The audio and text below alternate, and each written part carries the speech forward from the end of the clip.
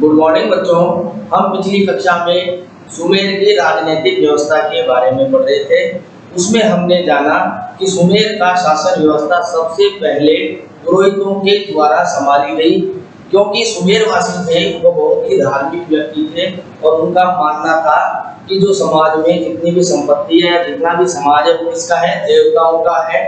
और देवताओं के प्रतिनिधि के रूप में सुमेर में पुरोहित लोग थे। आपको जैसे मैंने पिछली कक्षाओं में बताया कि प्रत्येक नगर में अपना एक मंदिर होता था और उस मंदिर का जो प्रधान पुरोहित होता था वही राजा का कार्य करता था। तो इस प्रकार हम ये कह सकते हैं कि राजा और धार्मिक गुरु पुरोहित एक ही व्यक्ति होते थे। लेकिन बेटा समय हमेशा एक जैसा नहीं रहता, धीरे धीरे समय पलटा। सुमेर में प्रजातंत्र आया, क्योंकि मैंने आपको बताया सुमेर के जो राज्य थे वो बहुत ही छोटे छोटे राज्य थे। तो वहां पर जो प्रजातंत्र था, प्रत्यक्ष प्रजातंत्र था कि सभी लोग क्या होते थे, एक सभा स्थल पर इकट्ठे होकर सामाजिक विषयों या राजनीतिक विषयों या धार्मिक विषयों का निर्णय करते थे। अब इस जो प्रजातंत्र में जनसभा होती थी और इन जनसभाओं के सदस्य कौन होते थे? तो बेटा इन जनसभाओं के सदस्य प्रत्येक वयस्क नागरिक होता था। सुमेर के जिस भी राज्य की जनसभा थी उस राज्य का प्रत्येक वयस्क व्यक्ति जनसभा का सदस्य होता था। धीरे धीरे इतिहासकारों का मानना है लोकतांत्रिक व्यवस्था खत्म हुई और राजतंत्रात्मक शासन व्यवस्था आई। इस व्यवस्था में शासन का जो केंद्र बिंदु था वो कौन था? राजा था। राजा अपने सहायता के लिए बहुत सारे सहयोगी राज कर्मचारियों को रखता था, बहुत सारे अधिकारियों की नियुक्ति करता था। धार्मिक मामलों में सलाह देने के लिए वह पुरोहितों को भी अपने साथ रखता था। उसका जो मुख्य कार्य था राजा का वह था बाहरी आक्रमण से सुरक्षा व्यवस्था उपलब्ध कराना। सबसे मेन क्या था, उस जमाने में बाहरी आक्रमण का खतरा समाज में बना हुआ रहता था। प्रत्येक राज्य की यही इच्छा रहती थी कि वह अपने साम्राज्य का अधिक से अधिक विस्तार करे। और साम्राज्य का विस्तार कब होगा? जब आप किसी दूसरे राज्य पर आक्रमण करके उसे अपने अधिकार में कर लें। अतः राजा का जो कर्तव्य माना गया वो यही माना गया कि वो अपने साम्राज्य की, अपने समाज की रक्षा करे। दूसरा काम था कर निर्धारण करना और कर निर्धारण के साथ साथ करों की वसूली भी करना। राजा का ये कर्तव्य था कि नागरिक की आर्थिक स्थिति के अनुसार राज्य कर्मचारी उस पर टैक्स निर्धारित करें और वही कर्मचारी उस कर को वसूले। जिससे क्या होगा कि बिगड़ अर्थव्यवस्था के कोई भी राजनीतिक व्यवस्था नहीं चल सकती, क्योंकि प्रशासन चलाने के लिए हमें क्या है? पैसे की आवश्यकता होती है। एक अन्य कार्य था कि जब मैंने आपको अर्थव्यवस्था के बारे में बताया तो अर्थव्यवस्था के जो केंद्र बिंदु होते हैं वो किसान होते हैं और व्यापारी होते हैं। पुराने जमाने की जब हम बात करें जिस समय की, तो व्यापारियों को व्यापार की व्यवस्था उपलब्ध कराना, उन्हें वह सुविधाएं उपलब्ध कराना जिससे कि उनका व्यापार आसानी से चल सके। इसके बाद जो अन्य कार्य था राजा का वह था देवताओं के प्रति उत्तरदायित्व। जैसा कि आपको बताया गया मेरे द्वारा कि समाज कैसा था? धार्मिक। जब धार्मिक समाज था तो देवताओं के प्रति उत्तरदायित्व भी बनता है। राजा क्या है? प्रजा का प्रमुख है, तो उसका उत्तरदायित्व भी प्रमुख हो जाएगा। अब आज पढ़ेंगे हम सुमेर का सामाजिक जीवन। अब सुमेर के सामाजिक जीवन बेटा क्या होता है कि समाज हमारा कई वर्गों में बटा हुआ रहता है। जिस प्रकार हम भारत के सामाजिक जीवन की बात करें तो प्राचीन काल में जो अपने वैदिक सभ्यता थी उस समय भारत का जो समाज था वह 4 वर्णों में विभक्त था। पहला वर्ण कौन सा है? ब्राह्मण वर्ण। दूसरा क्षत्रिय वर्ण। तीसरा वैश्य वर्ण। चौथा शूद्र वर्ण। और ये जो सारे वर्ण थे प्रारंभ में क्या थे? अपने कर्म के अनुसार थे और धीरे धीरे ये वर्ण क्या हो गए? अपने धर्म के अनुसार हो गए। बाद में ऐसा हो गया कि जिस व्यक्ति ने जिस वर्ण में या जन्म लिया वही उसका वर्ण माना गया। जैसे मान लो किसी ने ब्राह्मण वर्ण में जन्म लिया तो वह ब्राह्मण कहलाएगा। और पहले क्या था कि शिशु अंगिरस ऋग्वेद में लिखते हैं कि मैं या मेरा परिवार 3 वर्णों में विभक्त है। मैं ब्राह्मण हूँ क्योंकि मैं वेदों की रचना करता हूँ। मेरे पिताजी वैश्य हैं मतलब एक चिकित्सक हैं तो वो क्या है, वैश्य वर्ग में आते हैं। मेरी माताजी अन्न पीसने का काम करती है तो वह शुद्ध वर्ण में आती है। धीरे धीरे कर्मों से हटकर वर्ण व्यवस्था कैसी हो गई, जन्म आधारित हो गई।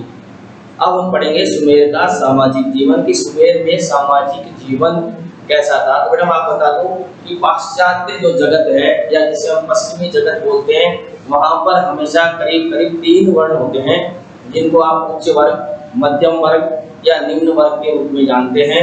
उन्हें आप प्रथम वर्ग, द्वितीय वर्ग या तृतीय वर्ग भी कह सकते हैं। तो जो सुमेर का भी जो जीवन था वो उच्च वर्ग, मध्यम वर्ग और निम्न वर्ग में विभक्त था, इसे हम पढ़ेंगे।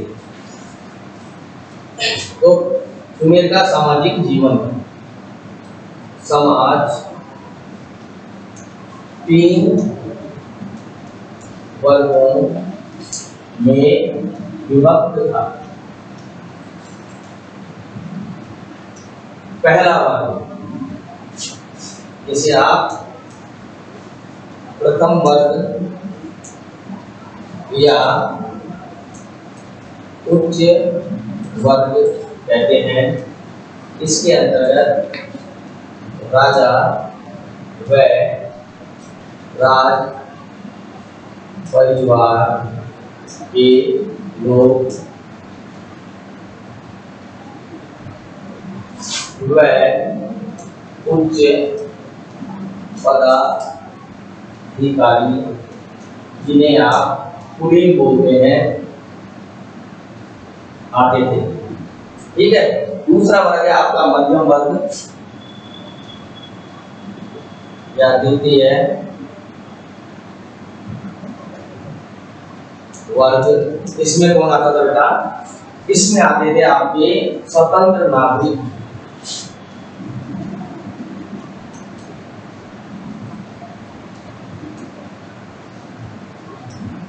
सामंत और व्यापारी। जो तृतीय वर्ग था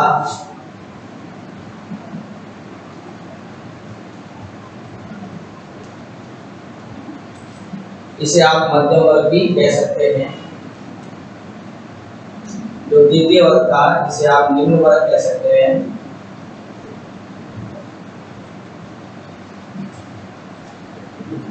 इसमें कृषक व दास आते थे। अब इसमें क्या है, उच्च वर्ग में इसमें राज परिवार के लोग पूरे पदाधिकारियों के साथ में पुरोहित भी आएंगे।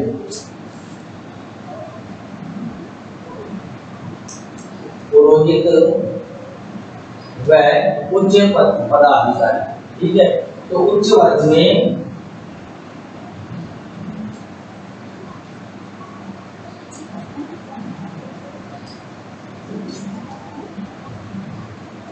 पुरोहितों का विशेष स्थान था। निम्न वर्ग में दासों की स्थिति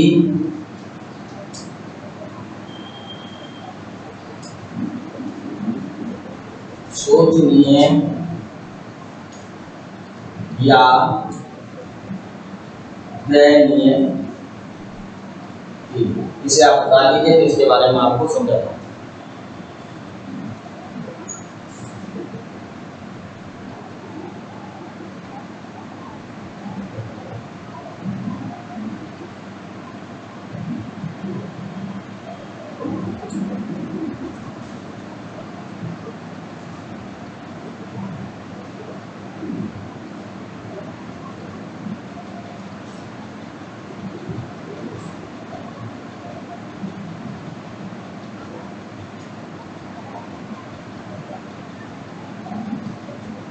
जैसा कि मैंने आपको बताया कि जो सुमेर का जो समाज था वो कितने 3 वर्गों में विभक्त था। ये 3 वर्ग थे, उच्च वर्ग, मध्यम वर्ग व निम्न वर्ग। इन्हें ही आप प्रथम वर्ग, द्वितीय वर्ग व तृतीय वर्ग भी कह सकते हैं। प्रथम वर्ग में राजा राज परिवार के लोग, पुरोहित व उच्च पदाधिकारी आते थे, जिन्हें आप कुलीन वर्ग का बोल सकते हैं। द्वितीय जो वर्ग था, जिसे आप मध्यम वर्ग बोलते हैं, उसमें स्वतंत्र नागरिक, सामंत और व्यापारी लोग आते थे। तृतीय वर्ग में आपके कृषक व दास लोग आते थे। जो प्रथम वर्ग है उसमें पुरोहितों को विशेष प्रतिष्ठा हासिल थी, क्योंकि वे समाज के धार्मिक गुरु थे और धार्मिक मामलों में राजा उनसे सलाह लेता था। क्योंकि राजा क्या था, देवताओं के प्रति दायित्व था राजा का, और उस दायित्व को पूरा करने के लिए उसे समय समय पर पुरोहितों से सलाह लेनी पड़ती थी। इस कारण जो पुरोहित वर्ग है उसका समाज में विशेष एक महत्वपूर्ण स्थान था।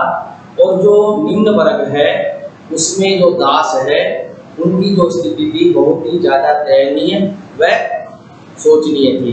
इसके बाद हम पढ़ेंगे कि कानूनों के संदर्भ में लोगों की प्रतिष्ठा का ध्यान रखा जाता था। यहाँ का पहनावा कैसा था?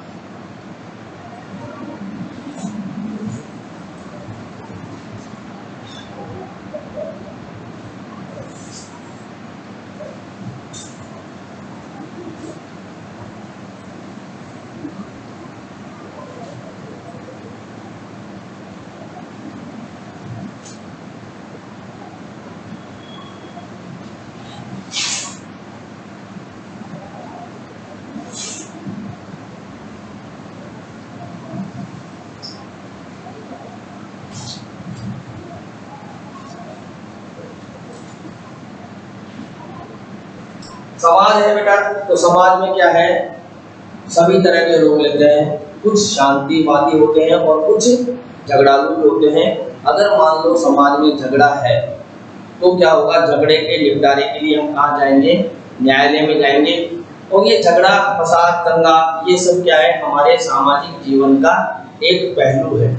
अगर कोई व्यक्ति निंदनीय कार्य करता है या दंडनीय कार्य करता है तो न्यायालय का या राजा का क्या कर्तव्य है कि उसे दंड दिया जाए।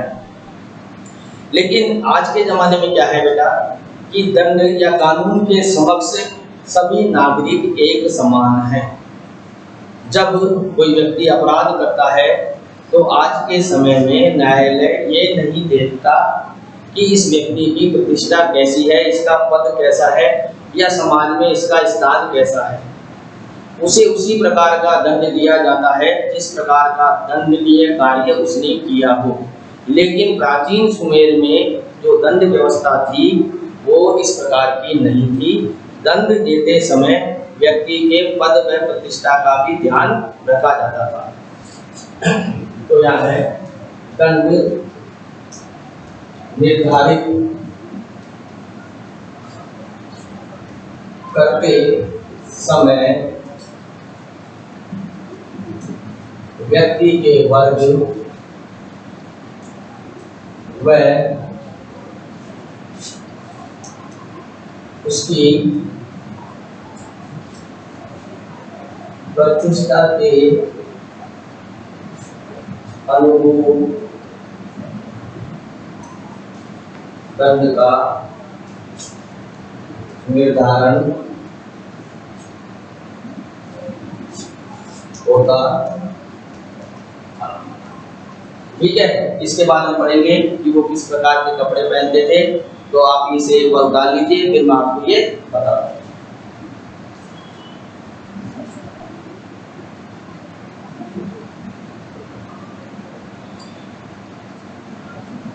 उतार लिया होगा बेटा। जब हम न्यायालय में जाते हैं या कोई झगड़ा होता है तो हमारे दो पक्ष होते हैं, एक होता है वादी और दूसरा होता है आपके प्रतिवादी।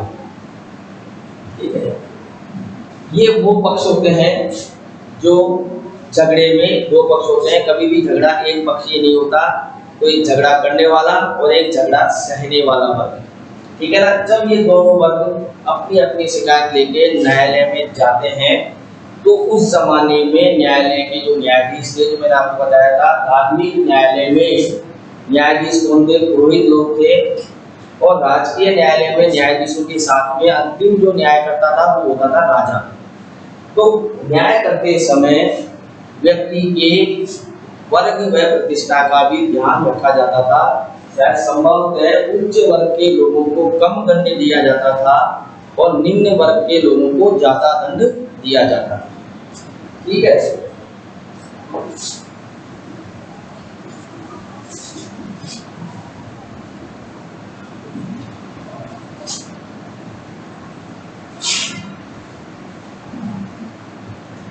अब हम पढ़ेंगे वस्त्र। ये लोग इस प्रकार के वस्त्र पहनते थे। तो सुमेर में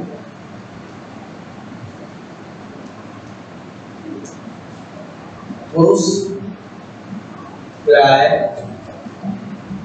लुंगी नुमा वस्त्र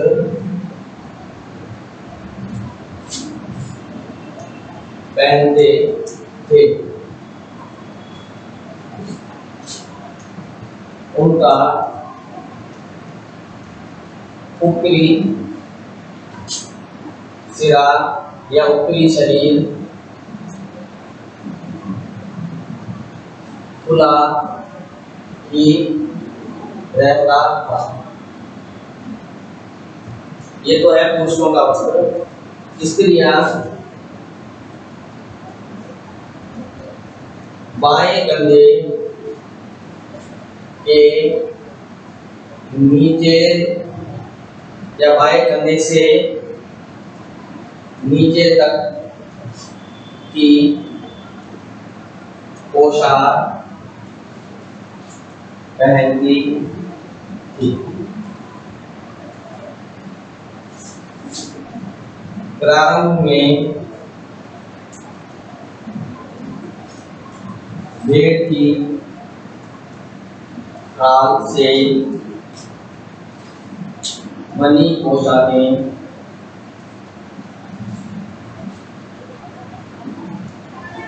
पहनी जाती थी।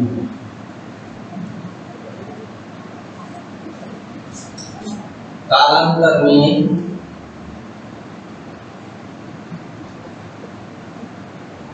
ऊन का प्रयोग होने लगा। ये कैसे उतारनी थी मैं आपको समझा देता हूं।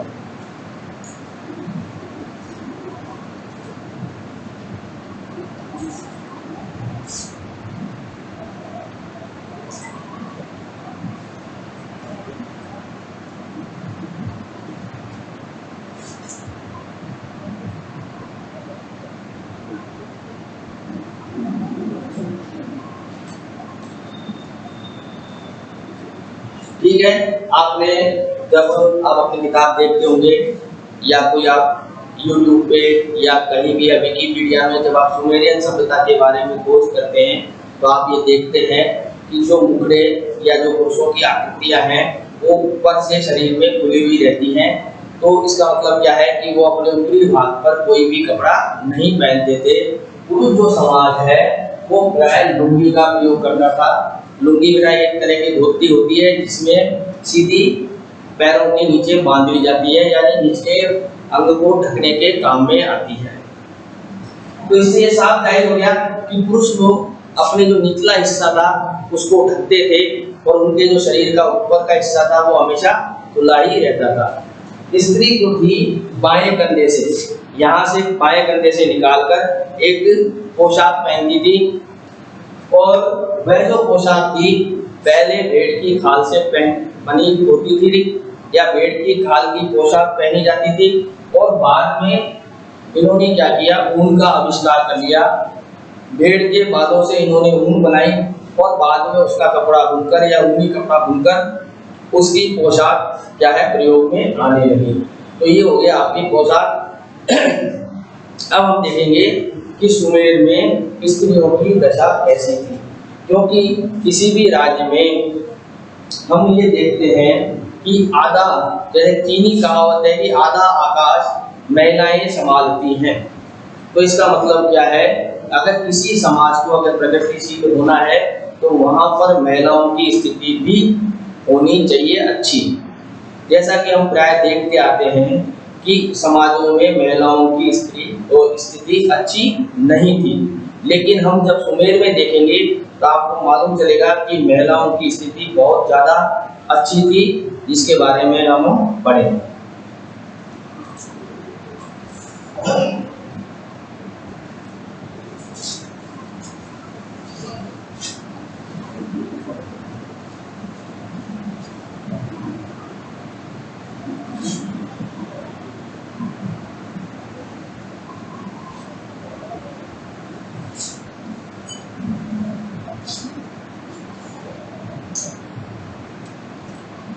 हमारा जो अगला टॉपिक है वो है स्त्रियों की दशा।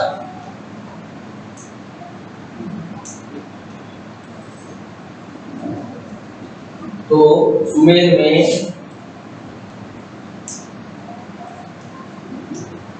स्त्रियों की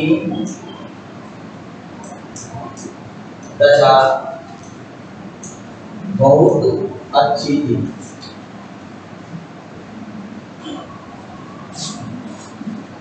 उन्हें बहुत सारे अधिकार प्राप्त थे, जो कि परवर्ती काल में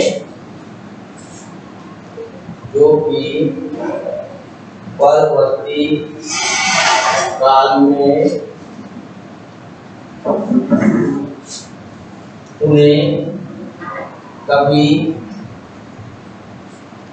नहीं मिले। ठीक है। दूसरा इसका जो पॉइंट आप लिख सकते हो,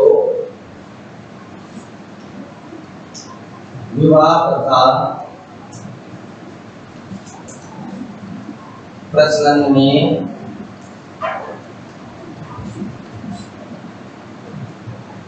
आ गई थी।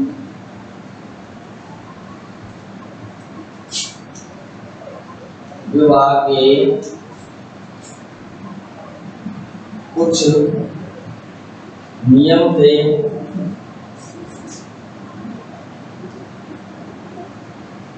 दहेज में स्त्री को जो भेंट या धन मिलता था,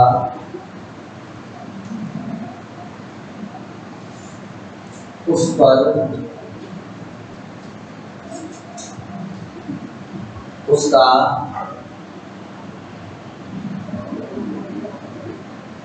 पूरा अधिकार होता था। ये कैसे होता है, मैं आगे बताता हूँ।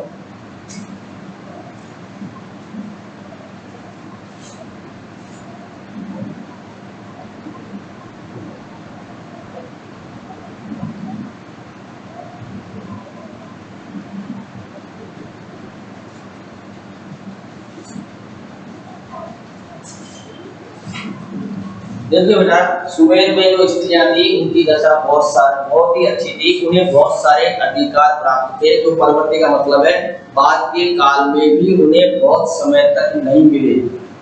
यानी आप ये मान सकते हैं 20वीं सदी तक भी उन्हें वो अधिकार नहीं मिले। जब आप फ्रांस की क्रांति आदि और अमेरिकन क्रांति और बहुत सारी क्रांतियां पढ़ोगे तो आप उसमें पाओगे कि महिलाओं को ये जो अधिकार मिले हैं ये बहुत बाद में लगभग 21वीं सदी में मिले हैं। लेकिन सुमेर में आज से 3000 ईसा वर्ष पूर्व भी ये सारे अधिकार उन्हें प्राप्त थे। विवाह प्रथा थी जो प्रचलन में आ गई थी।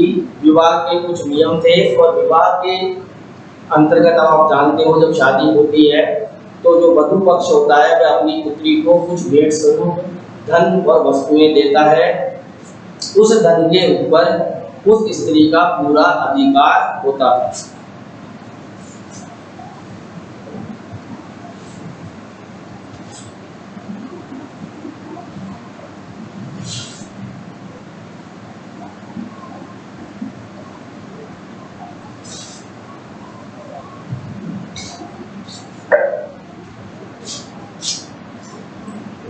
तीसरा है वह इस धन का उपयोग अपने पति के साथ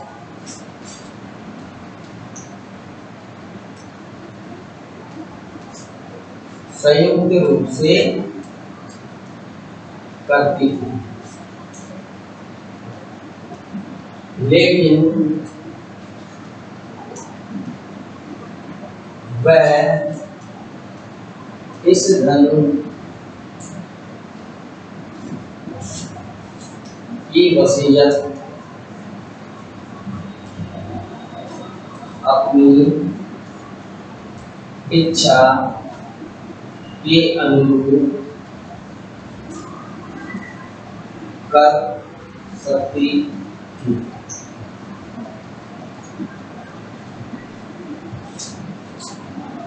चौथा पॉइंट है कि सुमेर में जो कृषि व्यवस्था है उसकी जो शुरुआत है वह भी महिलाओं ने की।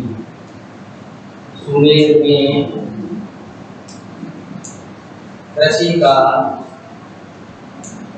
आरंभ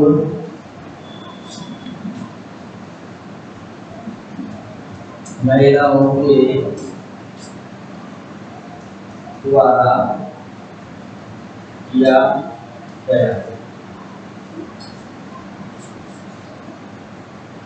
पति या पुत्र के न रहने पर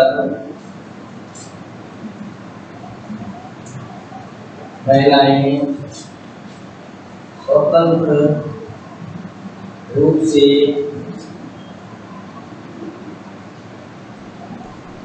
व्यापार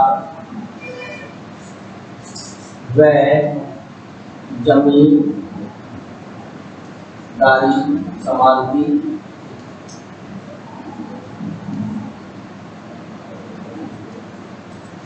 ठीक है, इसे उतार दीजिए।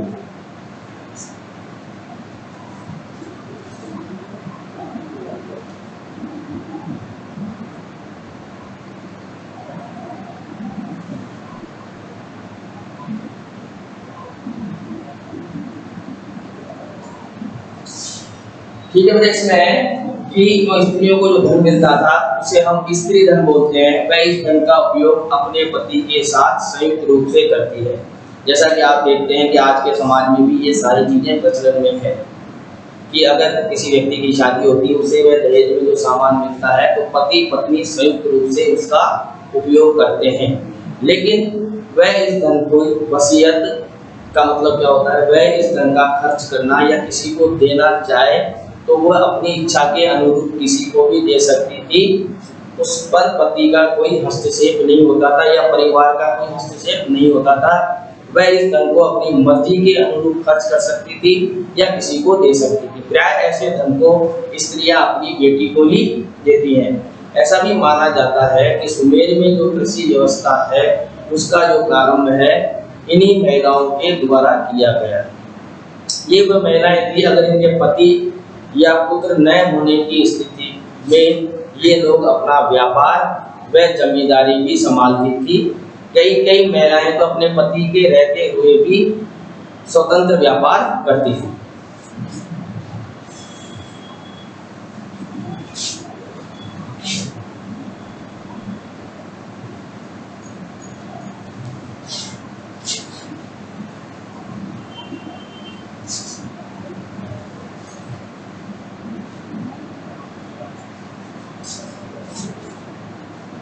पांचवा पॉइंट है,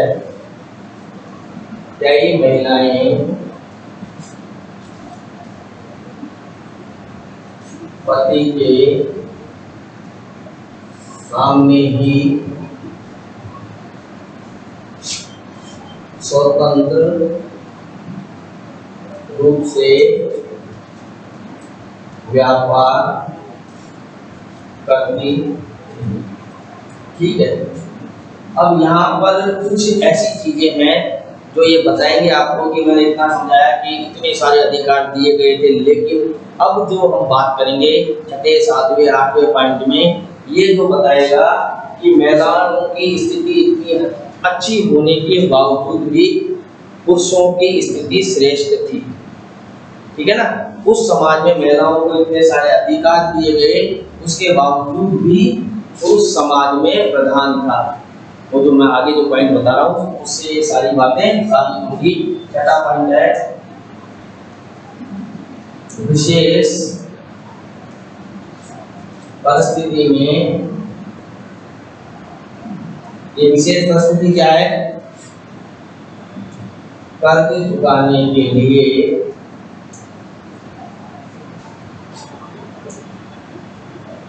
पुरुष अपनी स्त्री को बेच सकता था। ठीक है। बच्चों पर पुरुष का पूर्ण अधिकार रहता था। सातवां पॉइंट है आपका महिलाओं से यह अपेक्षा की जाती थी कि वे समाज को ज्यादा से ज्यादा संतान दें।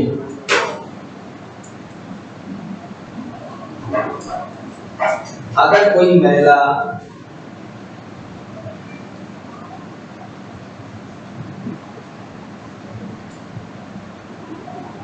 गर्भ धारण करने से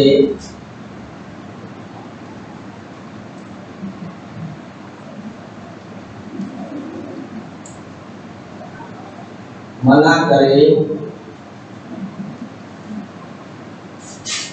तो उसे नदी में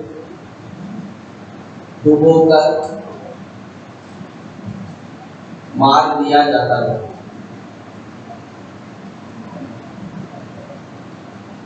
इसे उतार लीजिए, इसको मैं समझा देता हूँ।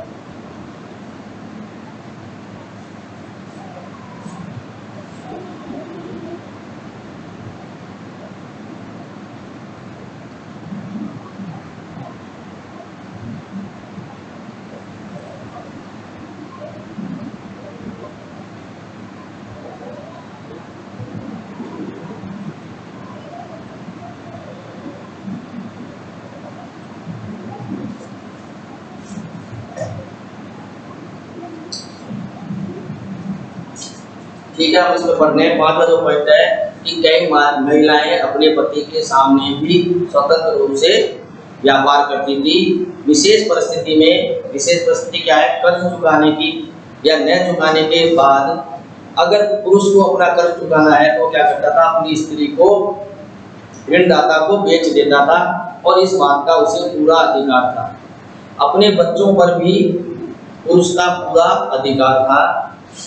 समाज में महिला से ये आशा की जाती थी कि वह ज़्यादा से ज़्यादा बच्चे पैदा करे, ज़्यादा से ज़्यादा संतान पैदा करे। अगर वो गर्भधारण से मना करती थी तो उसे नदी में डुबोकर मार दिया जाता था।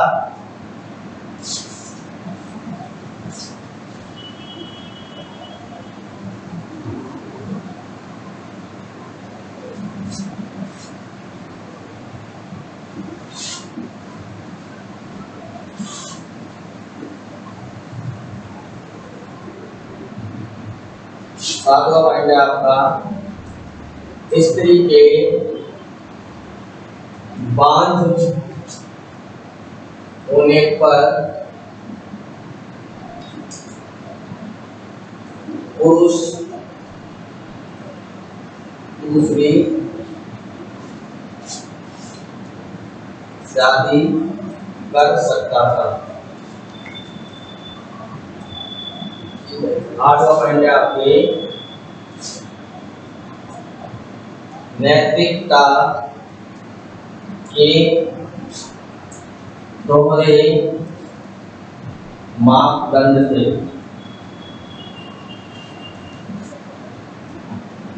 पुरुष का व्यावहारिक चार माप का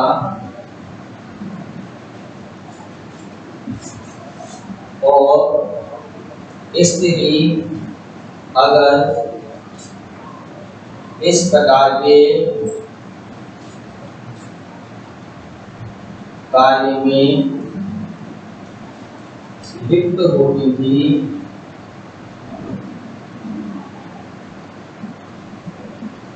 तो उसे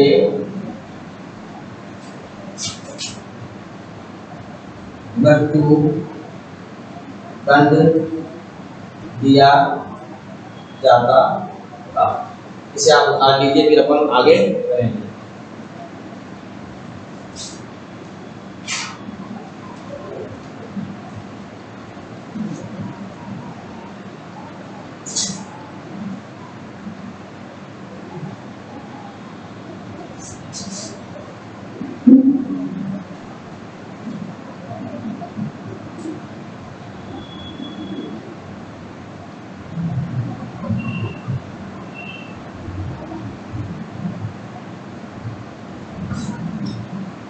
बेटा, स्त्री के बांझ होने का मतलब है ऐसी स्त्री जो बच्चा पैदा करने में असक्षम हो या समर्थ नहीं हो। अगर कोई स्त्री ऐसी होती थी तो उसका पति क्या करता था, दूसरी शादी कर लेता था।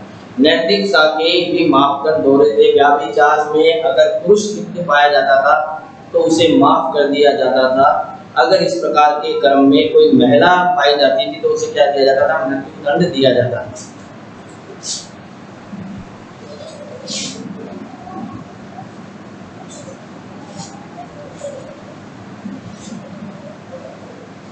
नवा पॉइंट है आपके सुंदर स्त्रियों को मंदिर में देवदासी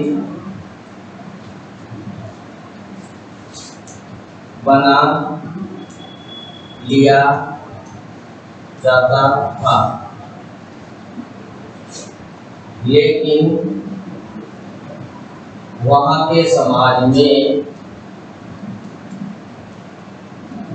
देवदासी होना सम्मान सूचक था। जब किसी स्त्री को देवदासी बनाया जाता था तो एक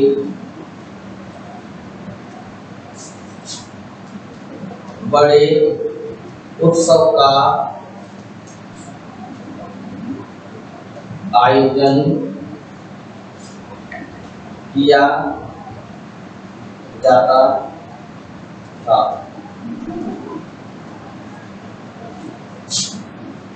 इस अवसर पर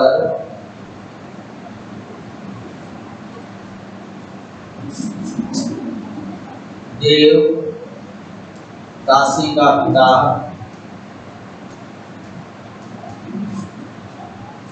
मंदिर को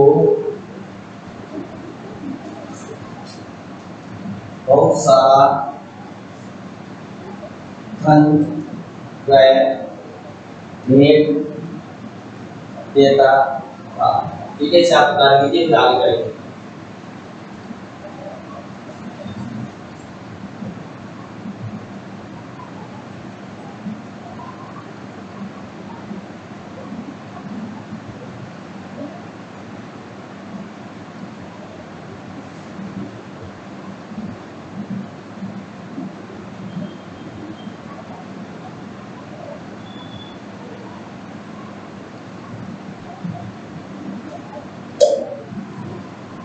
ठीक है बेटा, कि सुमेर के अंतर्गत क्या था, सुमेर में सभ्यता में ये व्यवस्था थी, अगर कोई स्त्री सुंदर होती थी तो उसे मंदिर में देवदासी बना लिया जाता था। उनका ये मानना था कि सुंदर स्त्री समाज में नहीं रह सकती। सुंदर जो भी सुंदर चीजें हैं हमें क्या करना चाहिए, भगवान को अर्पित कर देना चाहिए। तो सुंदर स्त्री की जो माता पिता होते थे वो अपनी बच्ची को क्या करते थे, देवताओं को समर्पित कर देते थे, उसे देवदासी बना देते थे। अब भारत जैसे देशों में तो देवदासी को सम्मानजनक दृष्टि से नहीं देखा जाता, लेकिन सुमेर के अंतर्गत इस व्यवस्था को बहुत ही सम्मानजनक माना गया। जब किसी बच्ची को या स्त्री को देवार्पित करते थे तो उस समय, या देवार्पित करने का मतलब है जब उसे देवदासी बनाते थे, तो उस समय बहुत बड़े उत्सव का आयोजन होता था। और जो लड़की का पिता था जिसने दहेज के लिए जो सामान इकट्ठा करते हैं, हमारे समाजों में भी आपने देखा होगा कि लड़की के माता पिता थोड़ा थोड़ा करके अपनी बच्ची के दहेज के लिए कुछ सामान इकट्ठा करते हैं। तो उस बच्ची के लिए जो सामान इकट्ठा किया गया था वो क्या करते हैं, उस मंदिर को समर्पित कर देते हैं।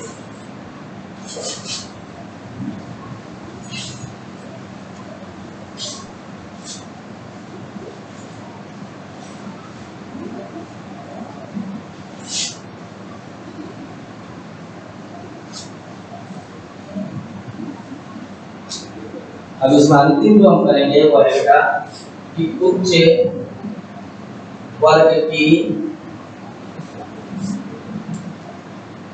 महिलाओं की स्थिति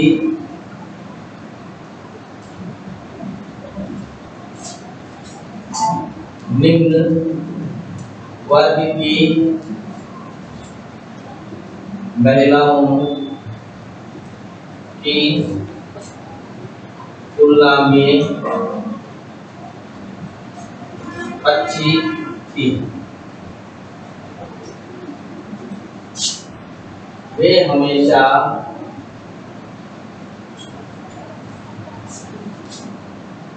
श्रृंगार करके रहती थी।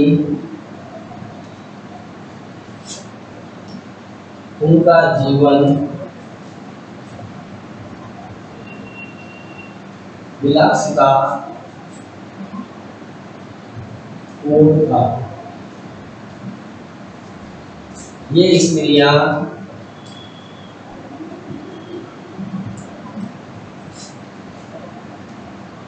विभिन्न प्रकार के जेवर, जिसे आप गहना बोलते हैं, गहने पहनती थी, जिनमें प्रमुख है अंगूठी, पायल, कर्णफूल, कड़े, व कंठहार। ठीक है, इसी में हम लोग दूसरा पॉइंट लिख देते हैं, आ जाएगा, इसमें लिख देते हैं कि महिलाएं अपने गालों पर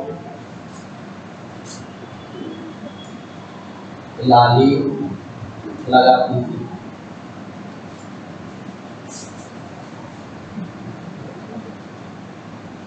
कुछ महिलाएं मोहे संवारती थी।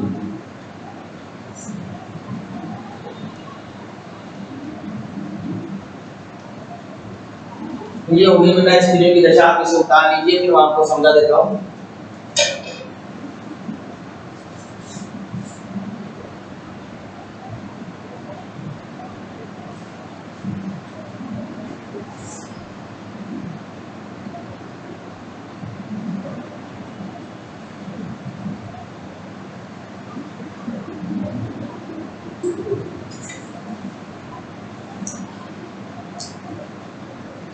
जैसा कि आपको मालूम है, समाज में दो तरह की स्त्री होती हैं।